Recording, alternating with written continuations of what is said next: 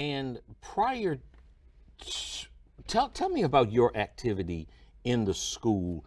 Did you do any sort of racial justice kind of stuff, fighting white supremacy before the Martin Luther King incident? Martin Luther King was one of our heroes of the month in February, every year, along with, unfortunately, George Washington, who owned slaves, bought and sold people for money, Abraham Lincoln, who refused to free the slaves, Davy Crockett, who died while he was killing off Mexicans while we tried to take over part of their land. That was racist teaching. I would not have accused myself of teaching racism, but I did.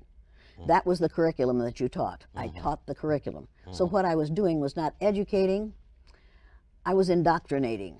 That's what we do in the schools in this country. We call it education, but we indoctrinate students. We teach them how to be good Americans. We teach them a lie in order to guarantee that they're going to be good Americans. And they believe the lie. What's the lie? The lie is the superiority of white people.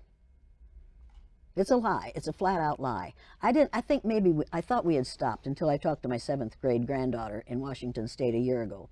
They were learning about the Williams Massacre, in which, as she explained it to me, a group of Indians killed a white missionary. I said, "Is your teacher going to tell you about the Mountain Meadow Massacre?" She said, "What's the Mountain Meadow Massacre?" I said, "It's when the Mormons sent a group of Mormons out to kill all the members of a wagon train that were coming through Utah. They killed every member of that except one young girl, I think, survived.